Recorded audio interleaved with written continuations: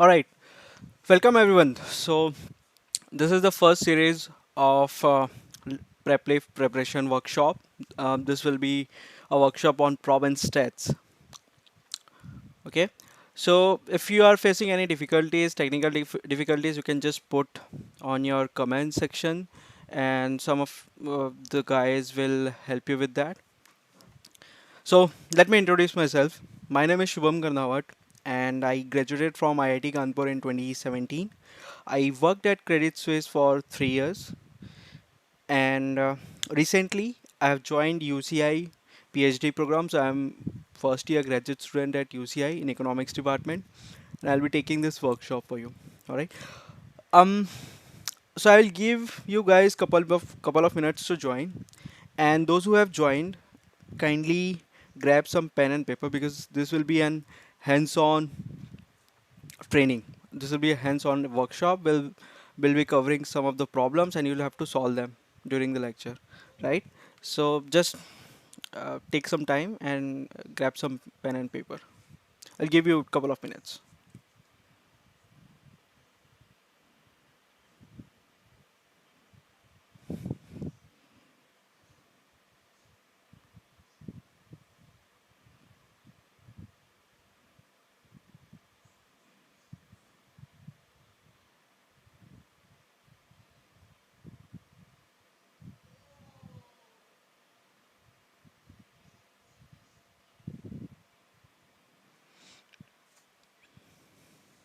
So Rudra Neil has a question. So this session is 1.5 hour session. We'll try to cover some of the basics of probability and we'll solve puzzles. So that will take some around roughly 1 hour and 10-15 minutes, and then we'll have 15-20 minutes for the questions.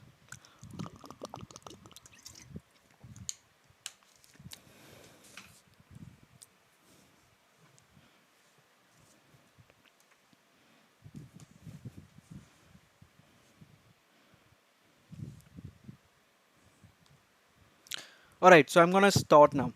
Now, first of all, why do you need to have this workshop? Why do you need to attend this workshop?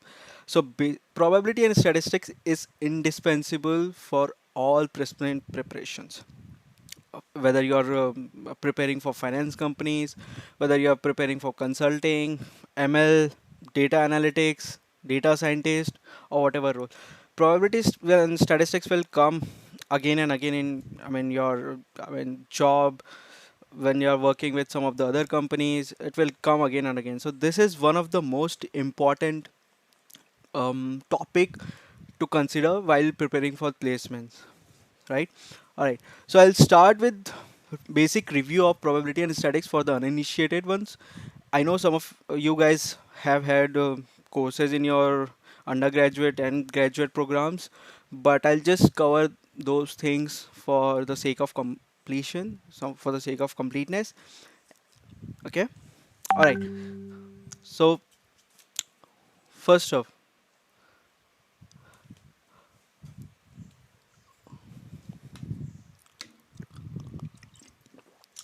so first off, let us define what what is probability. So before we define probability, we need to define what is a random experiment.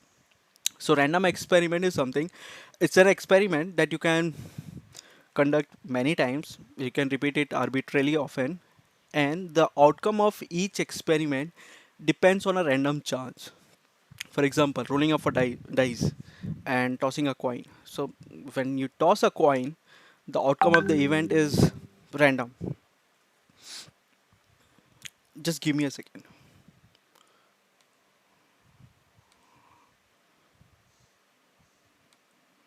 Okay, let me mute my notifications.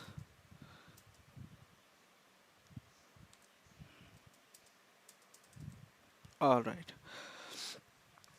All right. So now that we have defined random experiments, we need to define certain aspects of the experiments. For example, what is the outcome? So outcome is the result of a single trial.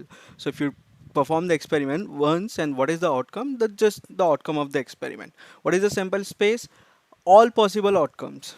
That is the sample space. And what is an event? The event is something that we are interested in. For example, if we toss a coin, We ask how often the head occurs if we perform the coin tossing experiment n times. So that is something, that is an event that we are interested in. And as you can see, I mean, let's say if I toss a coin n times and k times head occurs. So the probability of head in the frequentist measure will be f by n or k by n, whatever the number of heads occur, right? So this is how we define probability. So probability is a measure of a likelihood of an event, that an event will occur, right? Some of the properties of probability of any event is always positive. It's non-negative. To be precise, it can be zero, and probability of a sample space is always one. This is given, and for the disjoint events, the probabilities are additive. Okay, so hope everyone has grabbed some pen and paper. So we'll now solve one puzzle. This will be a very simple puzzle. I'll give you 1 minute to solve this. Think about it, and then we'll discuss.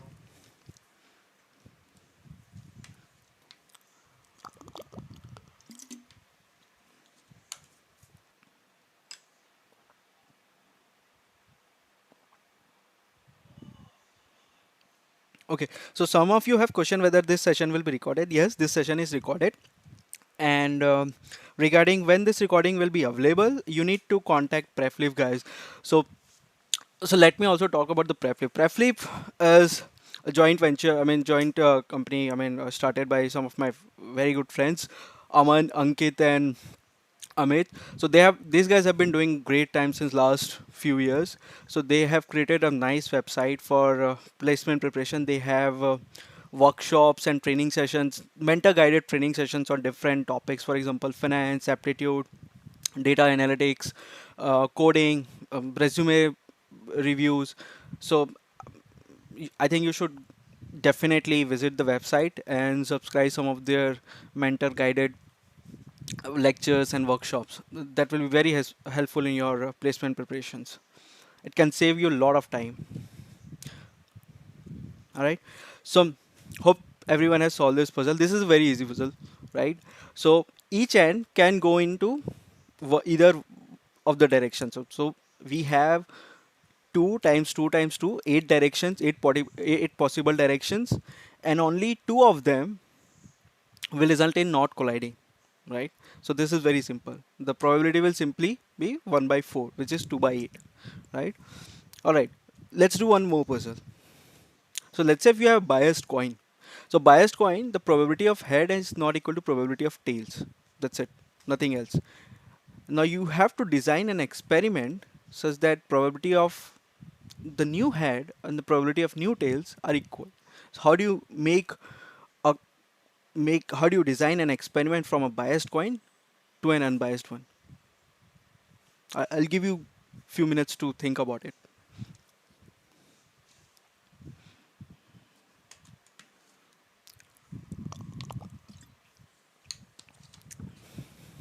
I will also be regularly checking YouTube comments. Somebody is saying my voice is breaking. Um, um, are there others who are facing the same issues, or this is something particular to you? I don't know.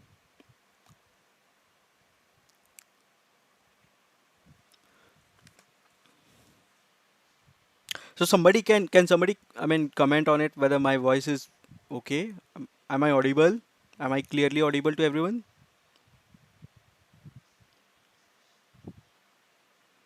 Aman, can you comment? Can somebody comment? Yeah. All right.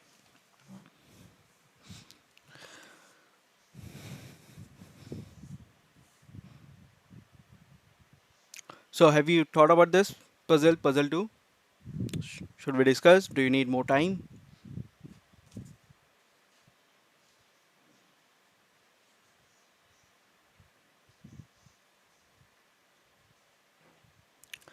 Okay, Shashank has a question. So triangle has 3 sides. So why the 6 directions? Why not 6 directions but 8 directions? So think about it. Each end can go in either of the directions, and they are independent. So I mean, the direction in which ant 2 will go, it's not dependent on the direction on which, ant 1 will travel.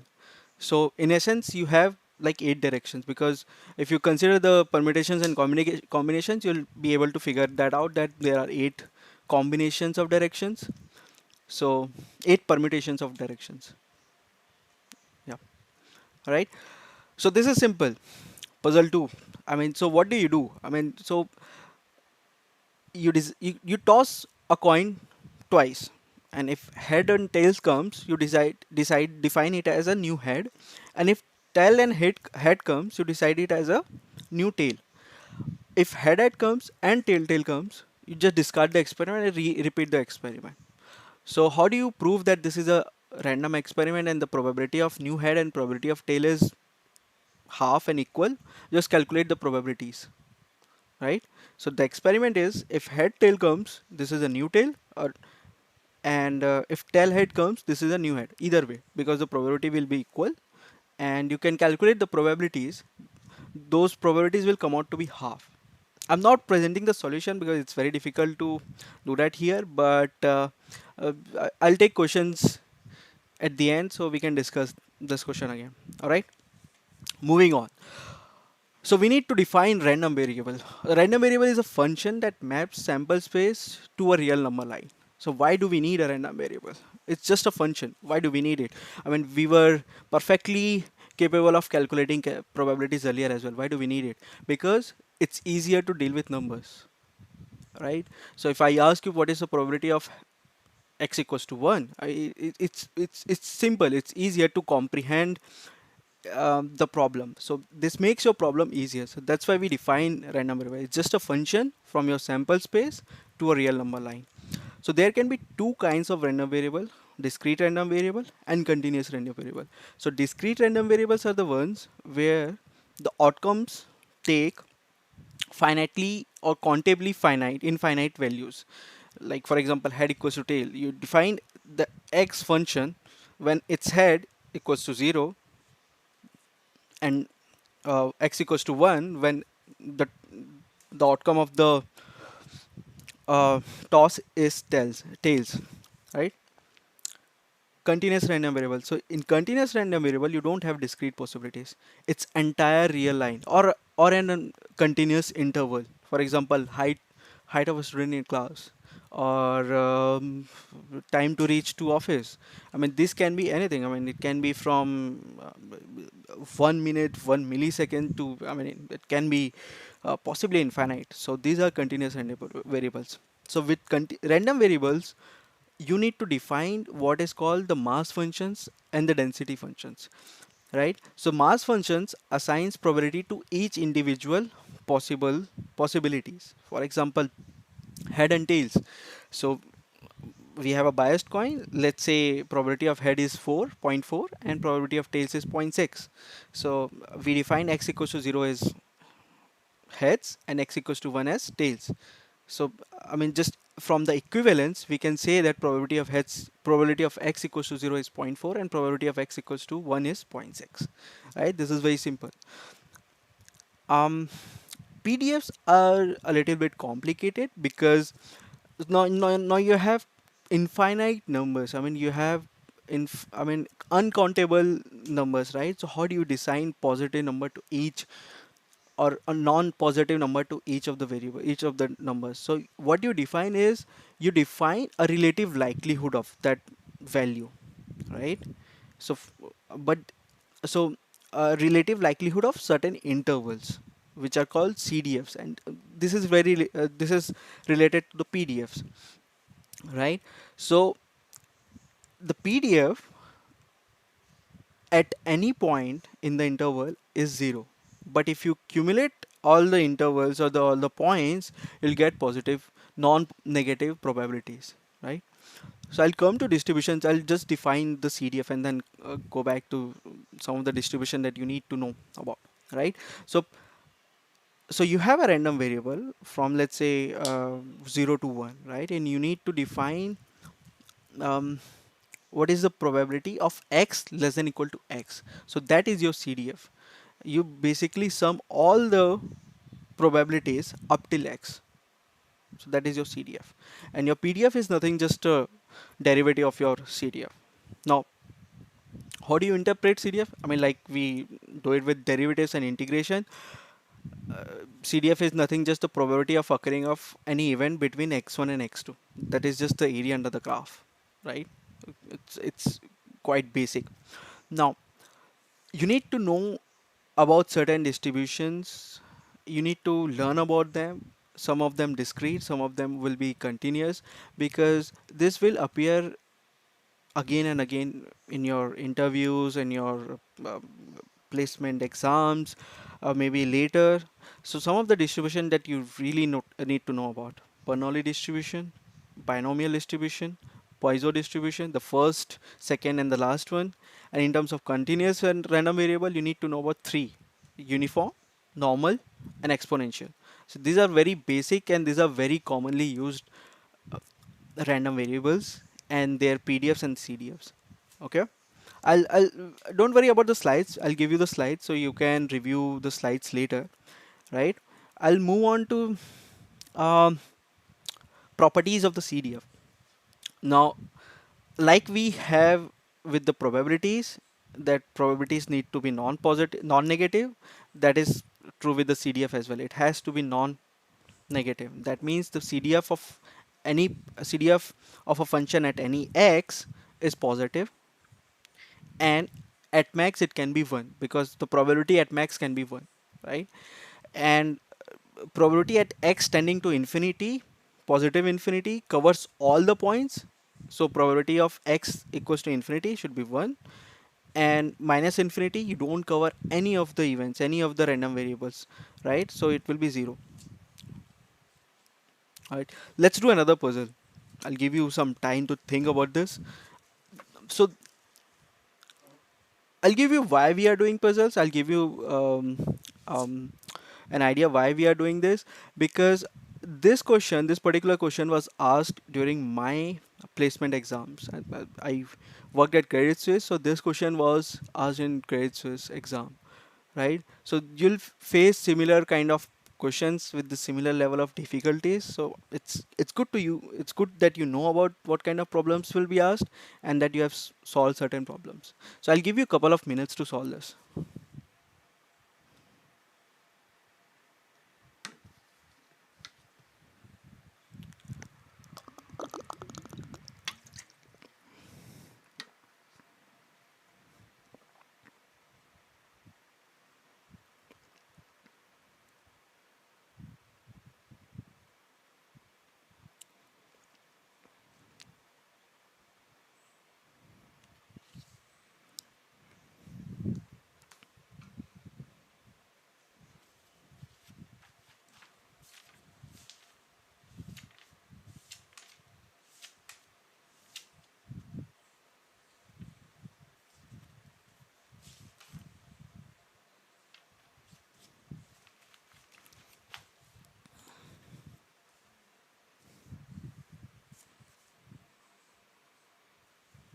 All right. So let's discuss this.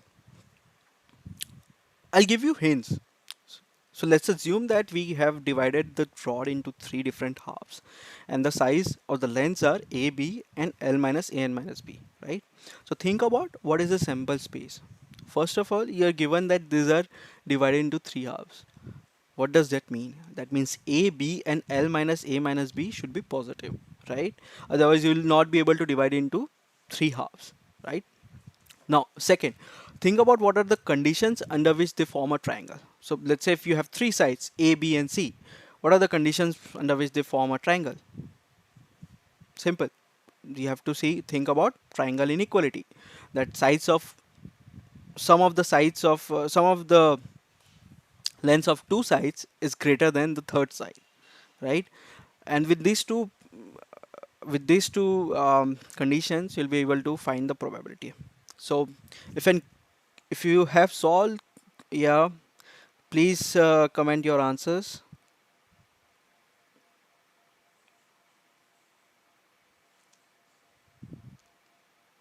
Yeah, some of you have commented answers. um, I'll give you 30 more seconds to solve this problem.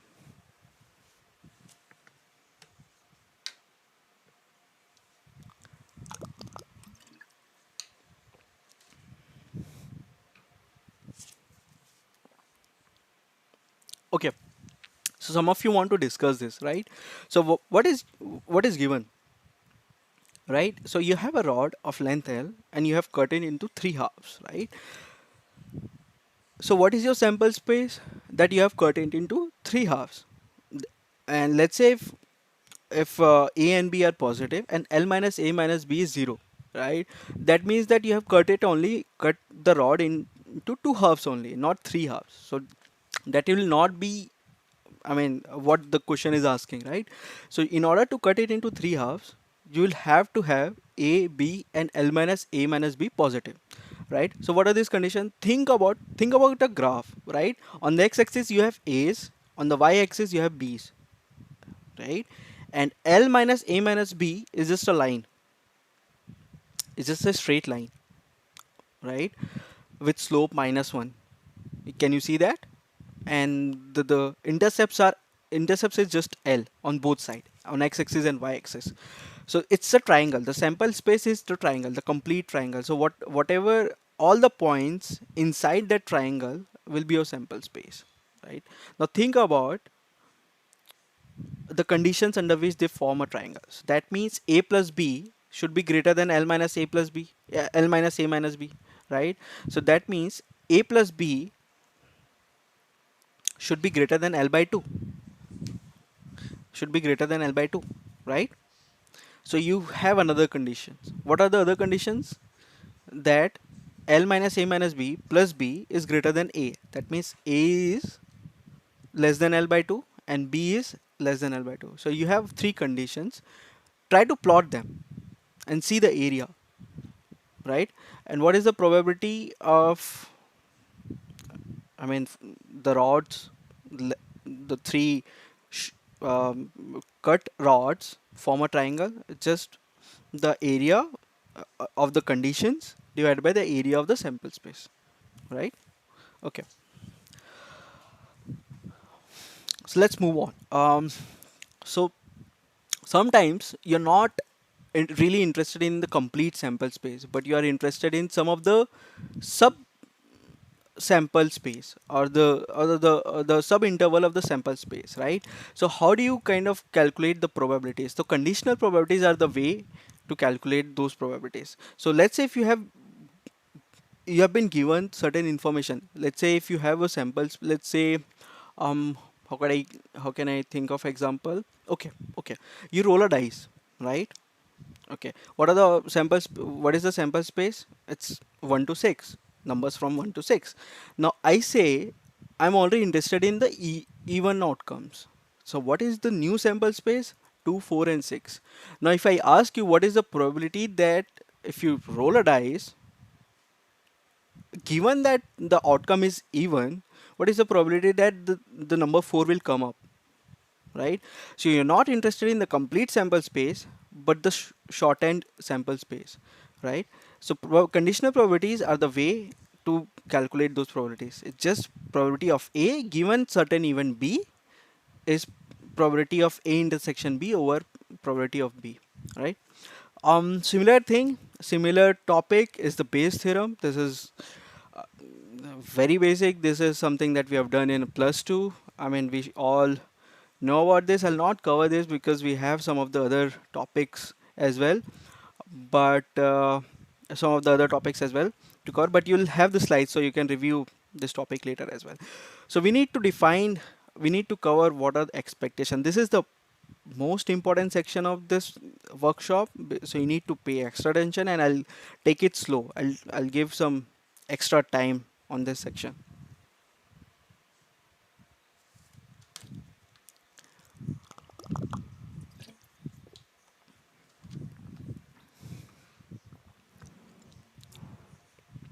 All right.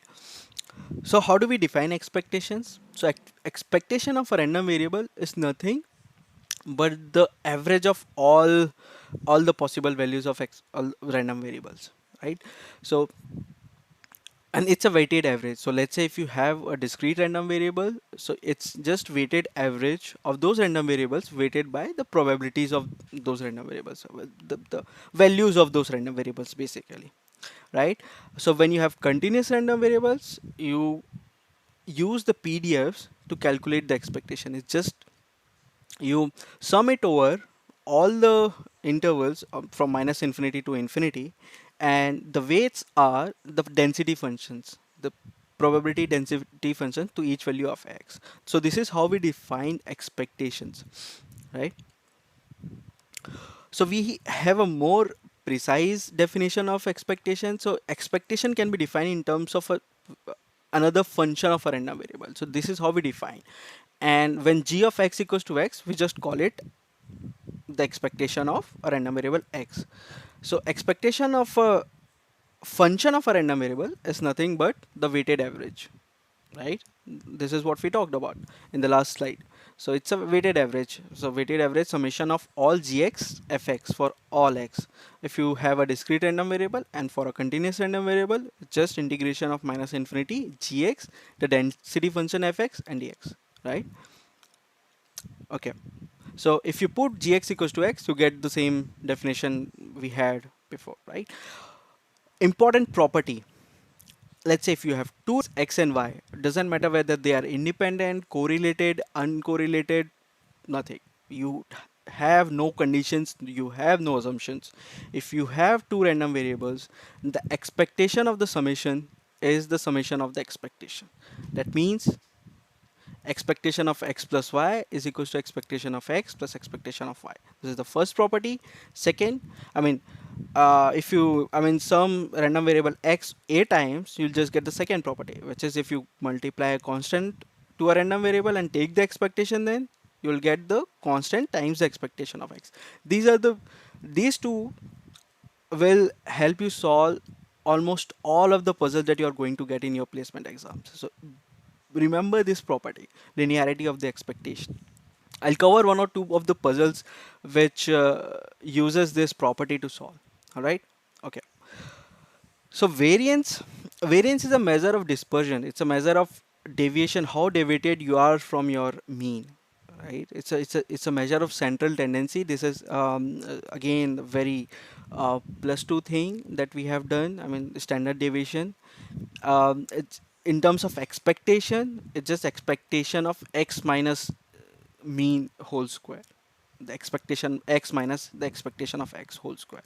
And you can open the bracket, and then you can see that you can use the linearity of the expectations, that it's nothing but expectation of x square minus expectation of x whole square, right? So this is how we define variance. And standard deviation is nothing, just a square root of two random variables. And this is very similar to how we define variance. It's expectation of x minus expectation of x times y minus expectation of y, right? um I'll quickly kind of move on to other things, other kind of topics, because um, you can review this later as well, right? Because we are running short of time. I want to cover some of the puzzles and probabilities. Or maybe we'll uh, kind of I mean shorten the question time. Let's cover this. All right. So this is how we define covariance. All right. So how do you interpret covariance?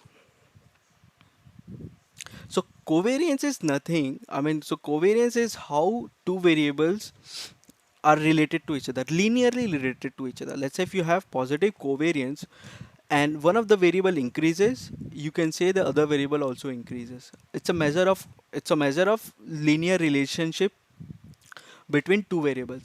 But since, I mean, x and y can be anything, they are not, I mean, it's very difficult to kind of see what units covariance will have. So what do? We do is we just normalize by the units of x and y. So correlation is a measure where we just normalize the covariance with the variance of x and the standard deviations of x and y, right?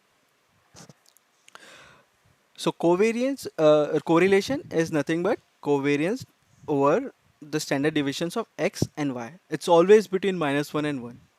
You can prove that it's not very difficult exercise. If, I mean, it's a good exercise if when you can show that. So maybe when you when you're reviewing this slide, you can try to prove that the correlation is always between -1 and 1. You just use the definition and you'll be able to, sorry, you'll be able to get that, right? So what is correlation? It's the measure of linear relationship between the two variables x and y. So some of you have tried regression. Some of you must have studied linear regression. So when you regress a variable x over y, the coefficients that you get is nothing but the correlation. It's a measure of correlation, right? It's a correlation is a measure of a linear relationship, right? Now, two important properties. Um, if x and y are independent, their correlation is zero, but it doesn't work the other way around. So if you have correlation equals to zero, it's not independent, and this is very important because I mean this is a trick question. I mean they ask. I mean they'll give you two random variables, and they will ask you what is the correlation between them, right? And then they will ask you whether these two random variables are independent. And this will be usually be a trick question because there will be the correlation between the two variables will be zero if you work it out. But when you try to prove independence, you'll see that they are not independent. So this is again an important property, right? Um, I intended to cover this, but because we are running short of time, this are I mean, not a lot of companies ask this kind of questions, but some of them do. So, for example, um, this is statistics. This is hardcore statistics. So some of the companies like WorldQuant might kind of ask you questions from the inequalities and law of large numbers and central limit theorems, but a lot of the other companies, basic consultings and finance and some of the other companies, they won't ask you questions from this. So I just wanted to kind of briefly touch on this point because it I mean, if you have time for preparation, I think you should do this. But if you don't have time, you can skip this as well in your placement preparations, right? The central limit theorems and the laws. Now coming to the most interesting part of the session, puzzles. Now, this is my favorite part. So hopefully everyone has a pen and paper. If not, I'll give you a couple of minutes to get pen and paper because we'll be spending a lot of time, 30 to 40 minutes on. I have 7 to 8 puzzles, so we'll be spending 30 to 40 minutes on puzzles. Again, to reiterate why we are doing this, so in a lot of exams and a lot of interviews, you'll be asked similar kind of questions. Some of the puzzles we have done before as well. I mean, like for example, the rod question. It appeared in my exam. So so so y- so if you have seen similar questions, you'll be like comfortable doing that. I mean, when you're having an interview or writing exam for placements, you'll not feel like this is something new and you have not seen. So it's a good exercise to do such questions. All right. All right. The first question. So there's a family in India. They are trying to conceive until they receive a girl child. Right. What is the expectation? What is the expected number of children that this family will have? Right. So this is the question. Remember to use the definition of expectation. What is the expectation? And if I have not given you any information that you need, please don't be afraid to assume any information. Right? So I'll give you a couple of minutes to solve this, and then we'll discuss.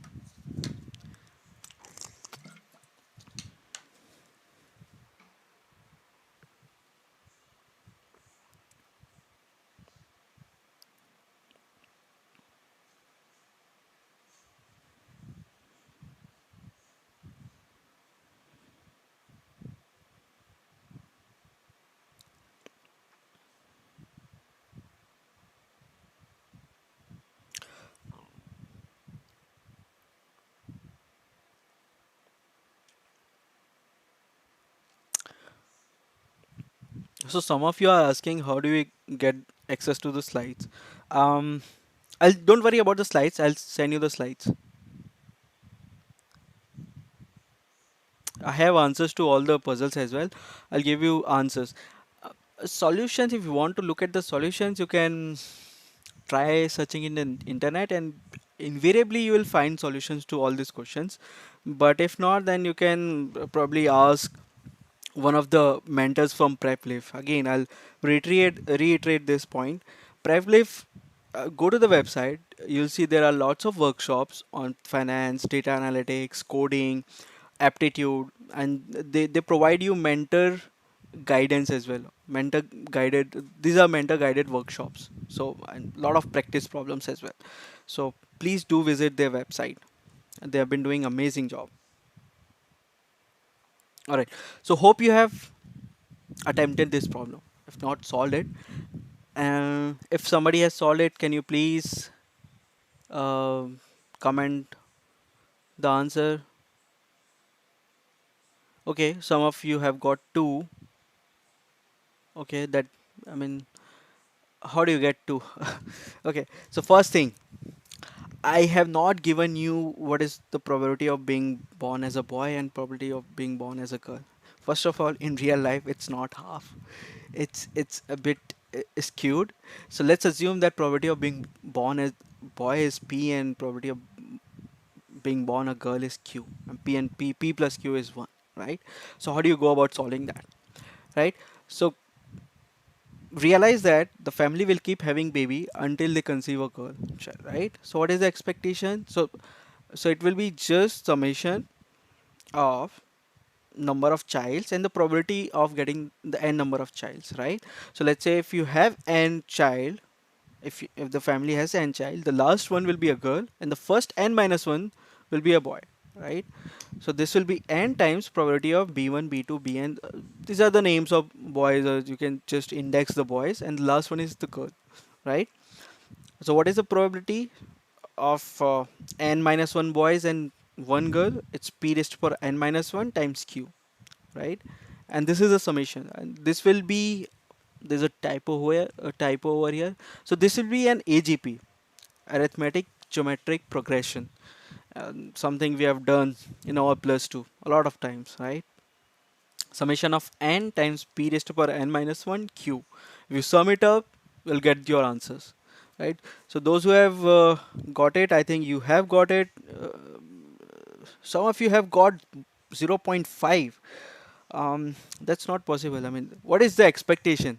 Expected number of children. How can expected number of children be less than one? You need at least one child to have a girl child, right? So I think you need to recheck your attempt. Right? So those who have got two, I think that's correct, but only if you assume that P and Q are equal, right? Next question. So there's a square table of side 5. If anybody has doubts on puzzle number 4, please comment. Please, can you please quickly comment? Or should I move on?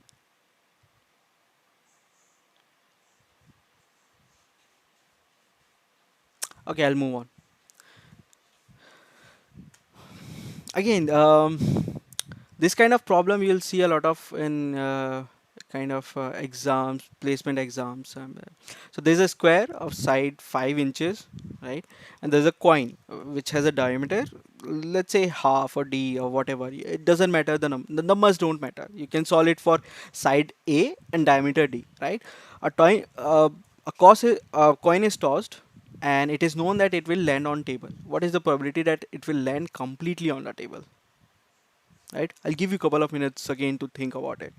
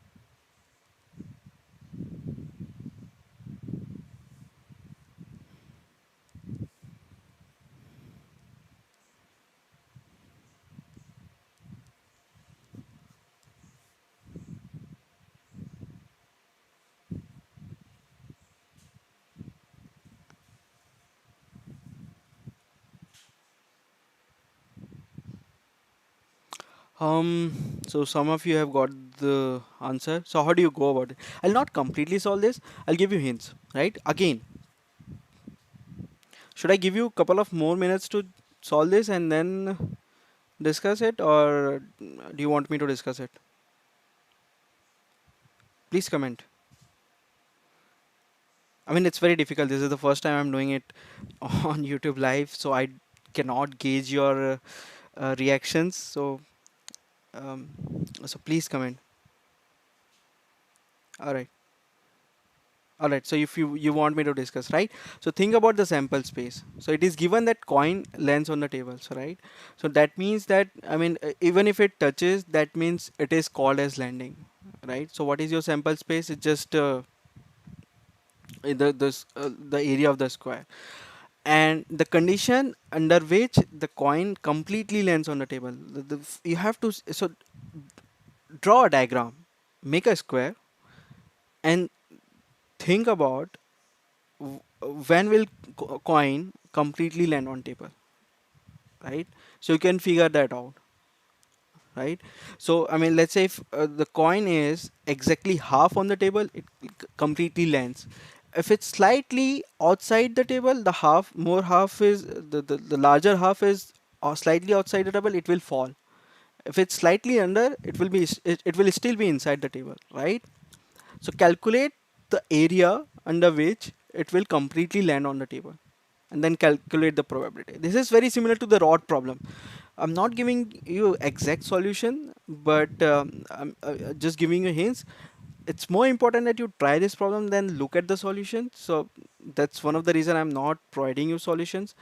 So, but I have given you enough hints to solve this problem, right? Okay. Okay, I'll move on to next puzzle. Oh, this is one of my favorite puzzle. This is called Monty Hall problem, right? A lot of you have must have seen this, right? So there are three curtains, and behind one of the curtain there's a grand prize, right? Curtains, door, doesn't matter, right? And behind the other two, it's the prizes are worthless, right? So here goes the story. I mean, the contestant is asked to choose one of the door, right? And the host, the show host, asks, I mean, tells you, I mean, opens one of the other two doors, right, which contains a worthless prize. Now you know that the door he opens contains the worthless prize. He gives you an option whether you want to switch the door or not, right? So what should you do? Whether you should switch or not?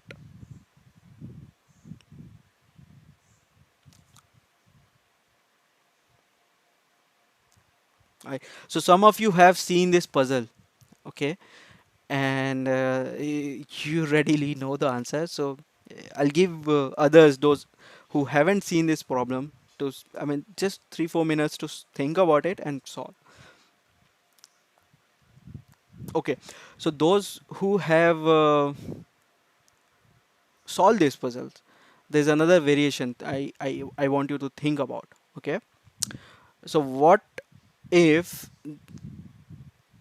there are n curtains and not three curtains, or n doors and not three doors, whatever, right?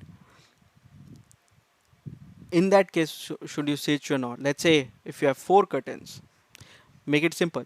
Let's say if you have four curtains or four doors, then solve. That will really test your understanding whether you have really understood the concept of probability or not.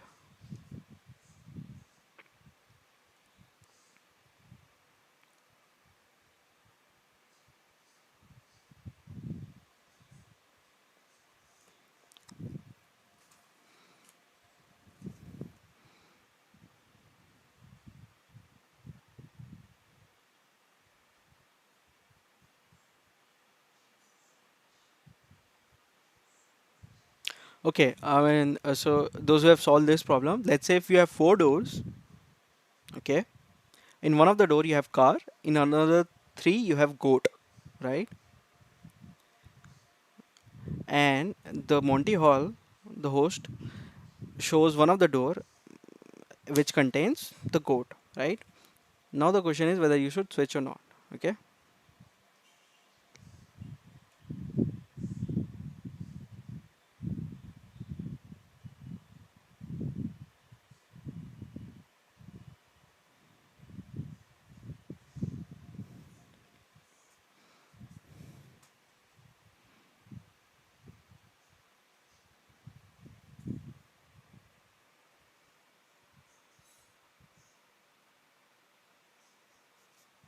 Okay, so let's solve this question. So think about what are the possibilities. So we have three doors. The door one can contain a goat, door two goat, and door three has a car, right? Or the other two possibilities. We have goat in door one and door three and car in door two. Or door one has a car and other two has a goat, right? So let's, because I mean doors are arbitrary, you can select any of the door. It doesn't matter. So if I am choosing door two and you are Monty Hall, you'll show me the door number one because it has goat, right? And I have chosen goat. So you have only one possibility where you have a goat. So let's assume that you choose door number one. Okay. So you have a goat. The Monty Hall shows you door number two because that has a goat. And door number three is still unopened. So you should switch or not? Yes, you should switch because you'll get a car. Okay. What about possibility number two? You have a goat, door number two has a car, and door number three has a goat. So Monty Hall shows you door number three, right? And door number two has a car, so you should switch or not? You should definitely switch, right? In the third case, you should not switch because you already have a car. If you switch, you'll get a goat, right? So now, given that he has shown you the door, what is the probability that you win if you switch? It's 2 by 3. And what is the probability that you lose? It's 1 minus probability that you win. It's 1 minus 2 by 3. So you have twice as, I mean, you have twice as odds if you switch than if you don't switch, right? Another way to think of this is analytically in terms of Bayes theorem, right? Think about what additional information you have. You have that he has shown you a door whether where the gift was a goat, right? And what you want, what do you want is to calculate the probability of win given switch, right? So use the Bayes theorem to get the possibilities, right? Um, in the extended problems, you can work out the possibilities this way. This is very simple. This is very intuitive and easy to understand. Or you can go um, the other way using the Bayes theorem, all right? So, all right. Next puzzle.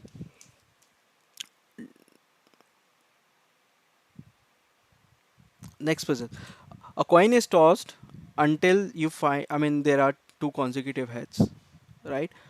What is the expected number of coin tosses that you'll need to toss to get the consecutive heads, right?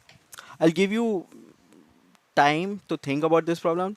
Okay, I won't give you the solution. This is very simple. This is very similar to the one we did with the boy girl problem. It's very similar. It's not the same, but it's very similar. I'll give you few minutes to solve this, okay? And I'll come in. I'll just come in a minute.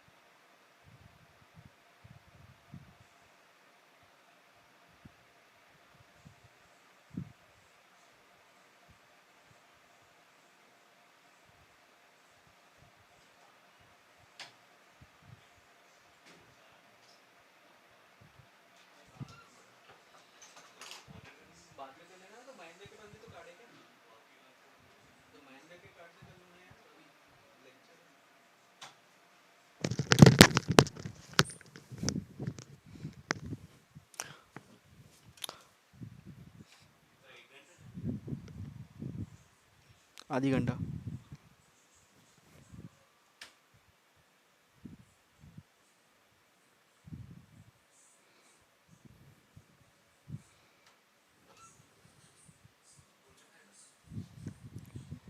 कोई भी कर दो.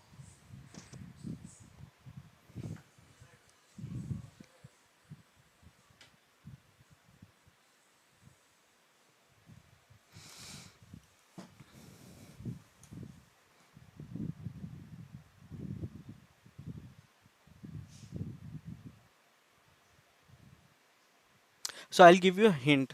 I'll not completely solve this problem, but I'll give you a hint. Right? Hope you have had enough time to solve this. So what do you want? I mean, you want two consecutive heads, right? So let's think. What is the minimum number of tosses required? Two, right? Where you get two and two, right? And let's say if at any point you've got a tail, what is the again minimum number of tosses required? Two, right? So it doesn't matter what you have got before. If there is a tail comes up before two consecutive heads, you'll need at least two coin tosses, right? So you have head plus that's number of tosses is two, right? And you have the probabilities. You can calculate the probabilities. It's easy, right? And you toss the coin thrice and you get tails head, right? Or you toss the coin four times. It doesn't matter what you get in the first one. You get tails in the second and head in the third and fourth, right? And similarly, right? So you will get a series and you can sum it up. That's one way to do it. There are other ways to do it. Other ways to do it is define random variables, right? So random variables, let's say if you define random variables in terms of number of tosses until two consecutive heads, right? In and like that. So you can calculate it mechanically. So there's that's another way to do it. I'm not exactly going to solve this, but I'll give you answer. So if so the answer you should get is 6. See, the expected number of tosses is 6.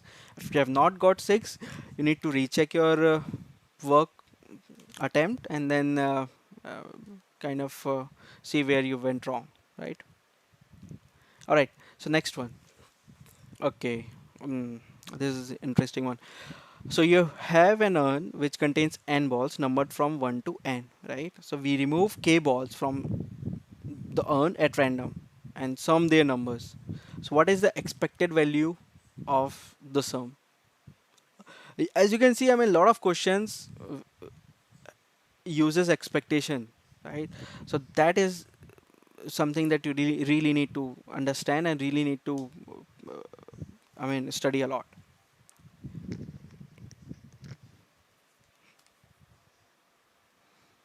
So those who have got 6, yes, 6 is the correct answer for the previous puzzle. Any other questions? Any other answers are wrong?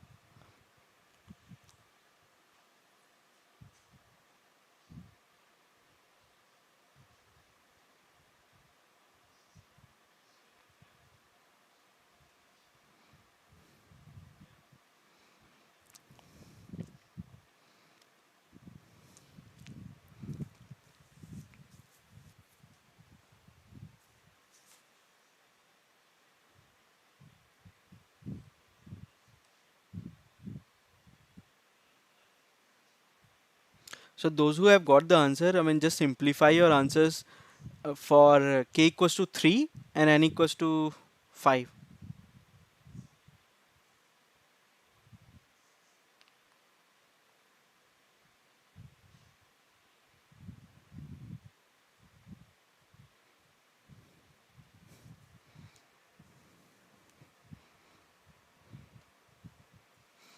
Do you want more time to solve this or should we discuss?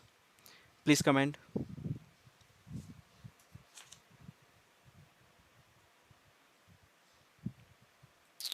Yeah, Aman and Arvind, yeah, that's correct.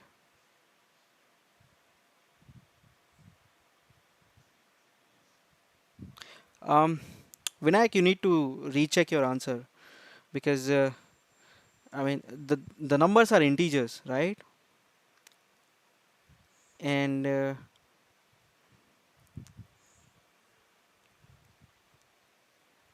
so even if, so if n is 2 and k is 2, then only you'll get that expectation.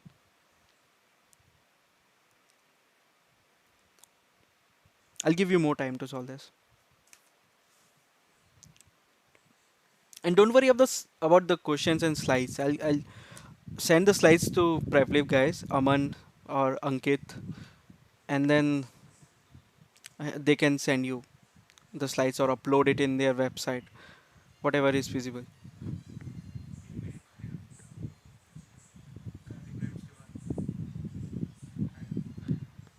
Um, guys, just give me a minute.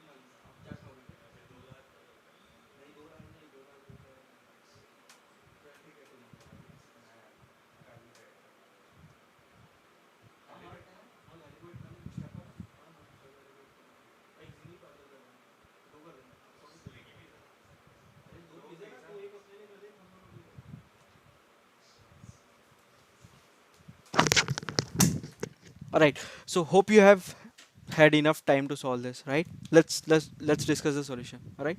So let's say the balls are numbered x1 to xn, right? And let's say you pick k balls, right? And you define random variables x1 to xa as the number of that ball, that particular ball. Now, question: what is the expectation of xi? Let's say if you pick one ball, what is the expectation? Because I mean, it's equally likely that you can pick any ball, right? You just sum all the, you just average all the numbers, right? So that is n plus 1 by 2, right? N into n plus 1 by 2 by 2n, right? What is the summation of 1 to n? That is n into n plus 1 by 2. And what is the probability of selecting one ball? It's 1 by n. So what is the expectation of xi? It's 1 of n 1 by 2 times n plus 1, right? Now think about this question. One, you need to calculate the expectation of the sum, that is summation of xi, right? Now think about it. I have a question. Are x1, x2, xk, are they independent? No, they're not independent. So let's say if you pick one ball and it's n, the number is n, right? So when you pick the second ball, you can only pick from n minus 1 balls.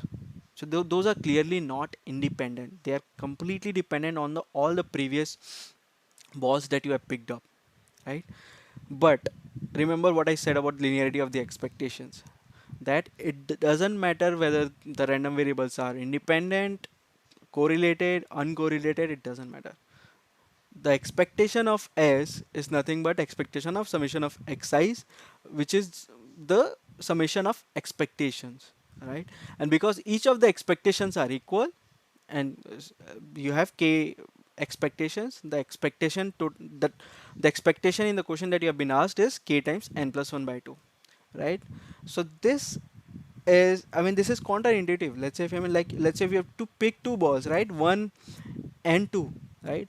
Now the third ball can be picked from 3 to n, right? And the expectation of x3 given x1 and x2 is clearly greater than n plus 1 by 2 if you work it out. It's very difficult to see why the linearity of the expectation was. So I'll give you an example. So let's say if you picked smaller numbers, right? The so let's say you pick x1 and you have picked 1, right? Now do you divide the complete the rest of the numbers from 2 to n into two halves, 2 to n by 2, the middle number, and middle number to n, right? So if you have picked a smaller number, the number of balls in the smaller half will be one less, and number of balls in the larger half will be one more.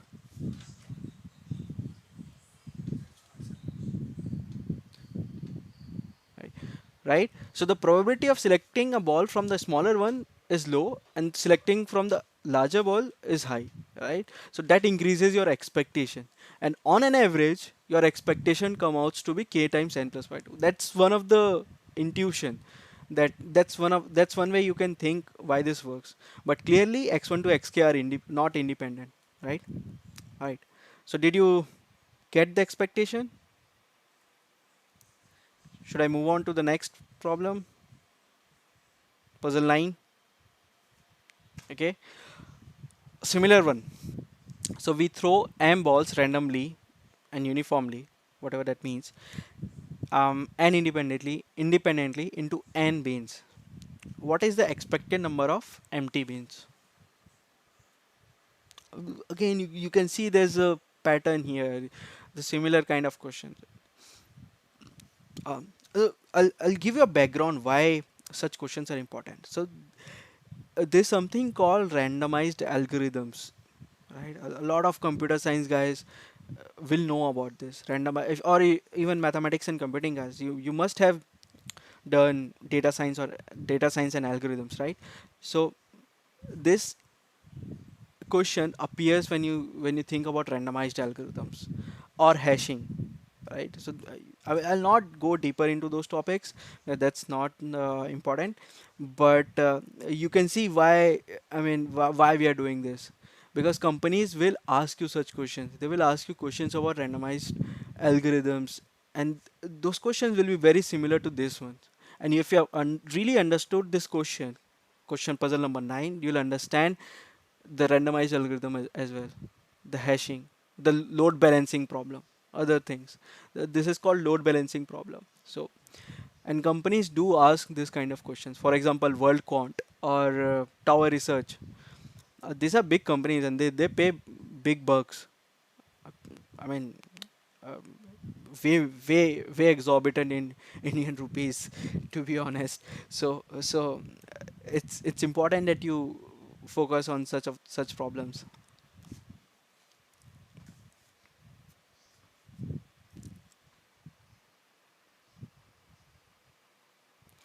Um, so code self. Do you want me to elaborate puzzle number 9 or puzzle number 8? I'm not sure. So which puzzle are you talking about? Okay, so we'll have some time left for the questions, and then if you want me to discuss any of the questions, we can discuss then, right? Let's do that. That's more efficient.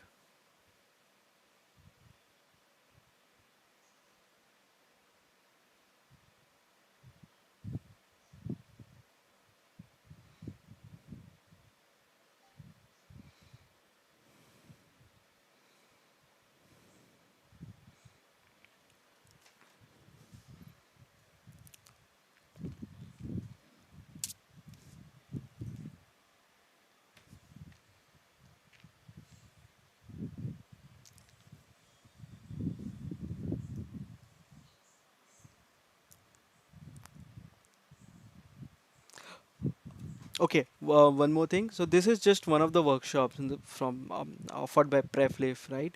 And if you want a comprehensive workshop, training workshops, mentor guided workshop, please do visit the PrepLift.com website, and you'll see there are lots of mentor guided workshops on finance, data analytics, aptitude. If you want to get your resume verified, right? A lot of placement preparation materials you'll get there.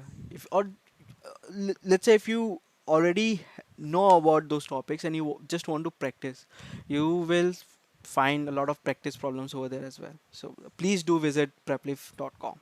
Okay. So now let me discuss the puzzle number 9. Okay. All right. So let's calculate the probability of a particular ball not falling into a particular bin. Let's say bin I, right? So the probability of falling in that particular bin is 1 by n. And what is the probability of not falling in that bin? It's just 1 minus 1 by n. It's easy, right? Easy to see that. Again, I'll repeat that again. So let's say if you have n beans and you're throwing ith ball, right? So P of in is defined as probability of a particular ball falling in that particular bin, right? So that is just a 1 by n. It doesn't matter which ball you're throwing, right? So it's just 1 by n. So what is the probability of that particular ball not falling? 1 minus 1 by n, right? Now what is the probability that particular bin is empty? That means that none of the balls fell into that particular bin, right? So how many balls we have? We have m balls, right? So what is the probability that m balls randomly thrown and independently thrown will not fall in that particular bin? It's 1 minus 1 by n raised to the power of m. Now once you get that, the expectation becomes trivial because the beans are independent. Beans are, I mean, it doesn't matter which beans you throw at, look at, right? So it's very simple. It's n times 1 minus 1 by n raised to power of m. Okay? The expectation is trivial. If you calculate the probability that it falls in, it does not fall in particular bin. Okay? All right. Okay. Another important problem. This is more like a thought experiment. Okay, so you have two jars and you have 50 red marbles and 50 blue marbles, right? And one of the jars is chosen at random. Now you want to maximize the chance of drawing a red marble. How do you do that? Now all 100, the condition is that all 100 marbles should be placed in either of the jars. Either they should be in jar A or jar B.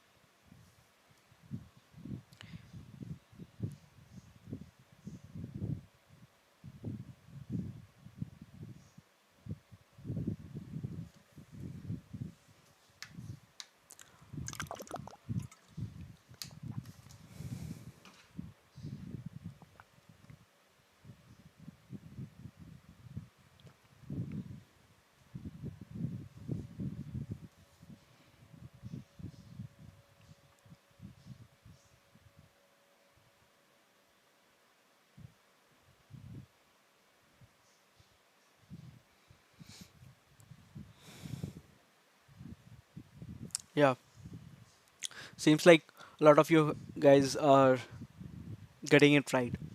Yeah, it's roughly 75% or 0.75 the probability. Uh, I think is this is an easy one. Okay, I'll give 30 more seconds for you to try and then discuss this question.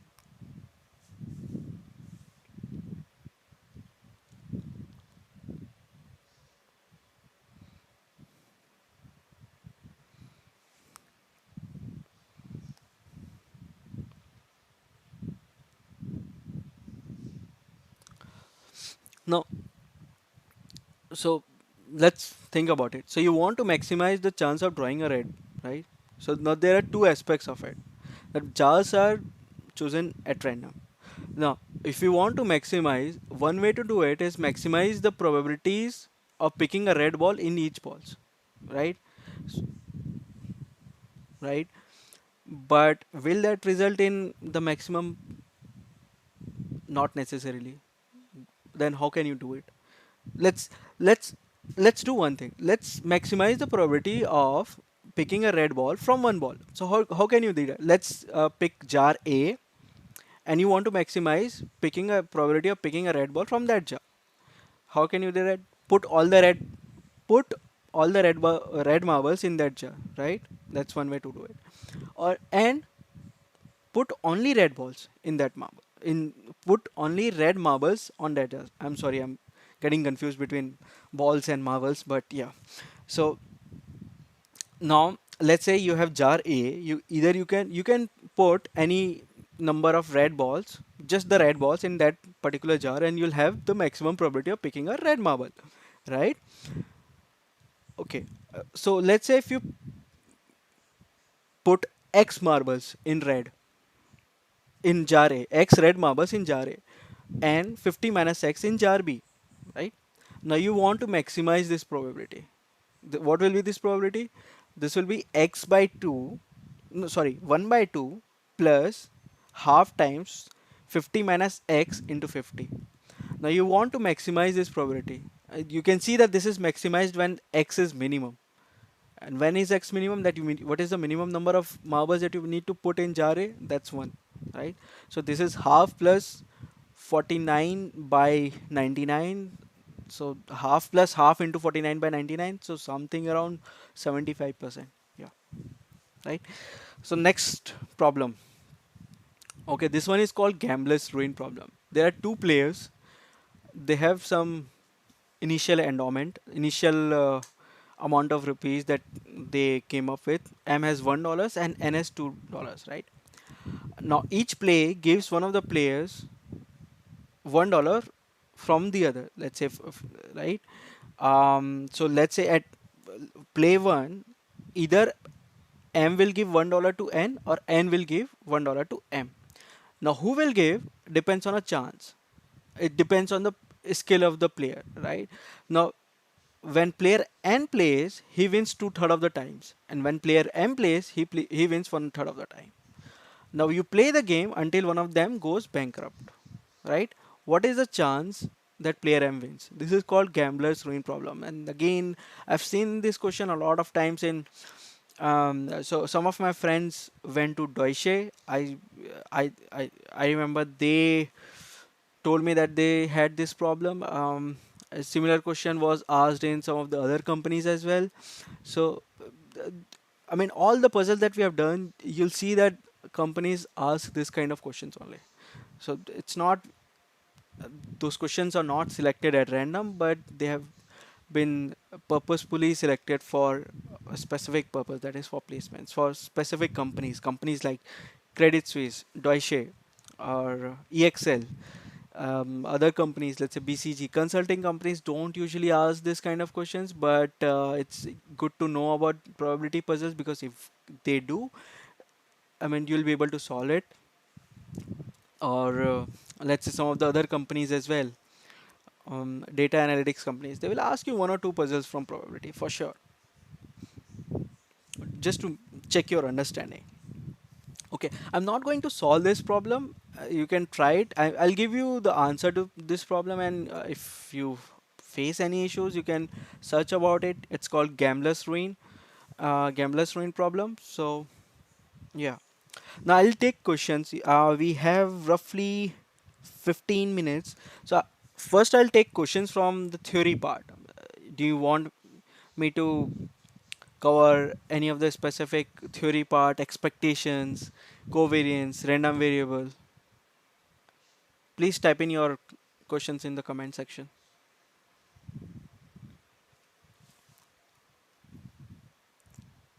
Don't worry about the slides. I'll send you the slides.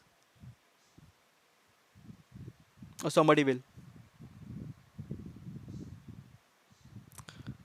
You'll probably have to go to the website to find the slide, but they will communicate you. Go over the expectations. Yeah, right. Let's go over the expectations one more. All right. So everybody understands random variable by now, right? Okay. I'm assuming that you do. Okay. So expectation is nothing but the average of all the values that random variable can take, weighted by its probabilities, right? So let's think about a simple example to understand the expectation, right? So let's say if we have a random variable x equals to 0 if head comes up in a in a toss, and x equals to 1 if tail comes up in a toss. right? And you want to find the expectation of this random variable. X can be either 0 or 1, right? So what is the expectation? It's nothing but the value of the random variable 0 1 weighted by its probabilities. It's the weighted average of the, it's mean. It's just long term average, long run. Why do we say long run? Because I mean, it can depend whether you're talking about a sample, the sample and population both are the same thing. It's just an average. If the probabilities are equal, just a simple average. If probabilities are not equal, it's a weighted average. Now, that simple thing. Now, how do you define expectation for a random variable, continuous random variable? Now, you have a values of random variable, right? So, in, instead of weighting that with the CDF or the probability, you weight it with the density function. You weight. So, go back to the continuous random variable or PDF. We defined the PDF at X as the relative likelihood, right? So that's how we define it. So we weight it with the relative likelihood of that random value X, random value of the random variable X, right? So that's how we define it, the expectation, right? It's a definition. It's a simple definition. Um, uh, so so when X is discrete, it's easy to see that why expectation is a mean, but when it's continuous, that's how you calculate the average value. It's the average value. It's just a definition, right? Now you would want to cover me the linearity of expectation, right? Why this is true, right? So just go back to the definition of expectation. I think this is where you want me to cover, right? So expectation of x and y. Why does it? I mean, break into expectation of x and expectation of y. Now, what is expectation of x plus y? Expectation of x plus y is nothing but, let's consider a continuous random variable. It's integration of x plus y, right? Distribution of fx y dx xy, right? Now you can break the integration because integration can be broken down, right? You can calculate expectation. This is just integration of x times the distribution, whatever distribution f of xy d of xy, right? Plus y times the distribution times dy, right? That's the expectation. That's the definition of expectation. The first term is the expectation of x, and the second term is the expectation of y. So because the integration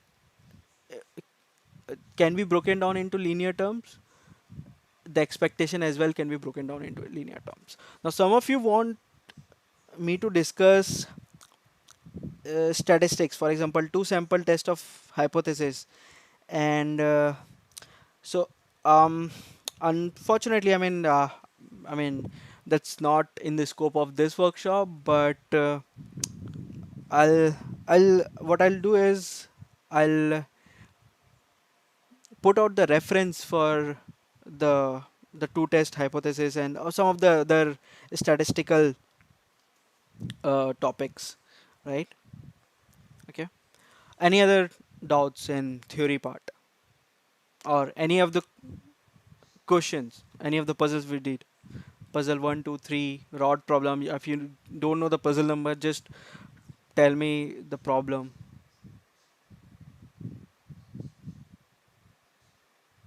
If we have your answers written down, I can give you answers as well. So you can check whether you were right or not. So I'll give you the answers while you are typing if you have any doubts. Alright. So the first puzzle was ants in a triangle. You want to find the probability of not colliding, just 1 by 4. Um, that's possible only if they all are going either in counterclockwise direction or in the clockwise direction, right? Biased coin, this is very simple. You define a new head if it's HT and new tail if it's TH. And if it's HH or TT, you just discard. right? It doesn't matter. You discard and you repeat the experiment. So probability of HT will be P times Q, where P is the probability of head and probability of tails is Q. And probability of TH is again Q times P. So you can see why this will lead to a random coin toss, right? Probability of three rods forming a triangle, given that they are cut from a single rod, is just 1 by 4. It's and I think there's a typo over here. There is a typo in puzzle number 4. There will be some terms related to P and Q. There's a typo over here. I'll just see that, right? Again, probability of falling inside the table, it's a minus d whole square by a square. A lot of you guys got it. So, um, okay. Probability of switching, Monty Hall problem. Is probability of winning if you switch is 2 by 3. Probability of winning if you don't switch is 1 by 3. That's Monty Hall problem. Puzzle 7 was you to- toss the coins until you get two consecutive heads and calculate the expectation. So the number of expected number of coin tosses is 6. I think I gave you the solution to problem number 8 and problem number 9 as well. Problem number 10, you just put one red marble in jar A and rest in jar B and calculate the probability. Puzzle 11, I have not solved it, but I encourage you to solve it. Probability of A winning will should come out to be 4 by 7, right? Now, um, some of you want, okay, yeah, yeah, don't worry about it. Some of you wanted resources to practice such problems, right? I, I came prepared with that questions. So yeah, so regarding the theory part, I think this is one of the best books, Introduction to Mathematical Statistics by Hawk, Craig, and McKean. You can find it online. If you don't find it, you can find some of the other books. Casilla Berger is another good book, and there are some other books as well. Now, you wanted to know about such puzzles, right? So there's a website. Uh, there's a website by Frederick Mostler, and you can find you can find a PDF with 50 challenging problems in probability, and you can see the probability puzzles will be similar to the ones we have done it, and it's some of them are very challenging.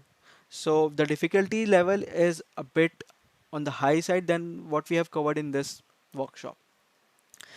The third link in the resources section, I mean, you can see, is a probability cheat sheet. I mean, that will give you all the information that you need to know about probability and statistics, right? And some of the other puzzles, I mean, I have provided you the link. I don't know how you'll get access to the slides. Probably you will need to go into the website and check whether they have uploaded it. But yeah, they will let you know, right?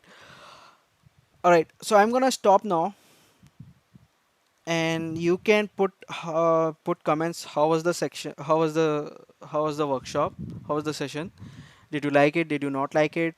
I mean, do you want more of this kind of workshop?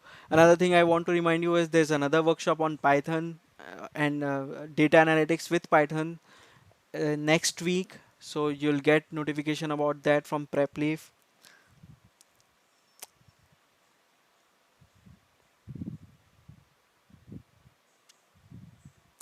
Um, so Charan has a question. I mean, how likely you are going to, I mean, have a good interview if I mean, if you have solved all the puzzles? It depends on the company. It depends on the company. So if you are looking at consulting firms or financial firms like Credit Suisse, Deutsche, UBS, I think you'd be okay. You'd be able to solve most of the problems. But if you're looking at WorldCon, the problems are slightly challenging. So you would want to look at the second resources, the 50 challenging problems. Or let's say if you're interviewing for tower research, then you want to, I mean, read a bit more. I mean, they'll ask you about stochastic processes. They'll ask you about measure theory. So it's I mean they pay you big bucks. I mean they pay you like 40, 50 lakhs. So they expect that you know a lot of stuff, so that they don't have to spend money training you on that those particular topics. So yeah, I mean, so if you're looking at WorldCon, Tower Research, and some of the other companies, I think you should solve 50 challenging problems. Some of the challenging problems. Goldman Sachs is kind of in between, kind of very similar to what we have done. Goldman Sachs, the kind of questions that Goldman Sachs asks, it's very similar to what we have done in this workshop.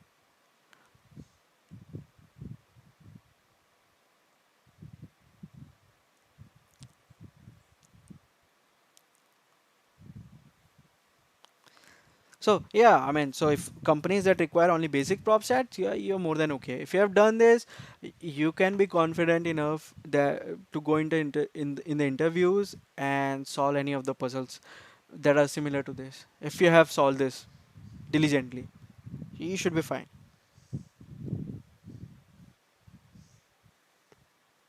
Any other questions? All right.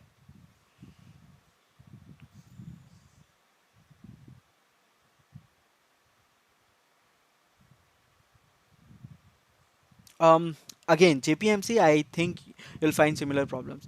They will ask, they might ask you in, so JPMC has different profiles, right? So if you are going for risk analyst profile, they might ask you some problems from the finance, and they'll definitely ask you probability because we use probability models. So I mean, it's good to know basics of probability. I mean, I worked in Credit Suisse for 3 years in the risk division. So I used a lot of ML models, probability model, probabilistic models. So yeah, I mean, it's they asked me some of this question. I told you. I mean, right? Some of the questions are based on my experience, my interview experience from Credit Suisse. So yeah, I mean, JPMC will again ask similar questions. JPMC, and what else? JP Morgan, yeah, Morgan Stanley. They'll ask similar questions.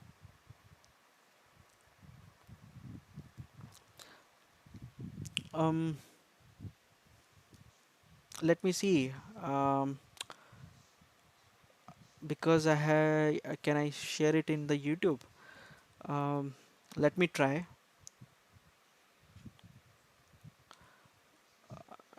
I'll have to open YouTube in this laptop.